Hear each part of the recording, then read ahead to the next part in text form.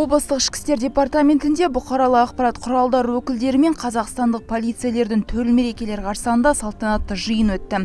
Облыстық ведомство басшысы Берік Біләлов бұқаралық ақпарат өкілдеріне алғысын білдіріп, полиция қызметкерлерінің мінсіз жұмыстарын жергілікті тұрғындарға жеткізгендері үшін ризашылығын білдірді.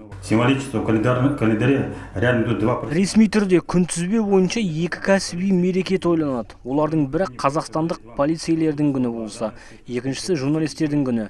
Бүгін біз сіздерге тек алғыс айтқымыз келмейді. Шығармашылық конкурстың жеңімпаздарын анықтағымыз келеді.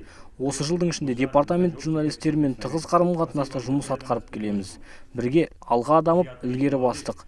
Достықтарыңыз бен адалдықтарыңыз үшін рахмет. Өткен аптада өңіріміздің тілшілері бір күн бойы полицейлердің рөлінде болған. Ішкі істер департаменті баспасөз турында ең үздік полиция журналистер анықталды. Ең үздік жол-көлік қозғалысын реттеуші номинациясы бойынша бірінші орында Қазақстан Петропавл телеарнасының журналисті Екатерина Белоусова иеленді. Кәсіби шеберлігі үшін номинациясы бойынша 31-ші арна меншікті тілшісі Руслан Құсайынов марапатталды. Тілші Нұргүл Алина Азаттық радио халықаралық ақпарат агенттігінде қызмет атқарып жүргеніне 2 жылдың көлемі болған. Оның сөзінше ақпарат тарату мен қоғамдық пікір қалыптастыруда алатын орны ерекше. Ал бүгінгі марапат радио Азаттықтан бірінші алғашқы жүлдем. Өте қуаныштымын.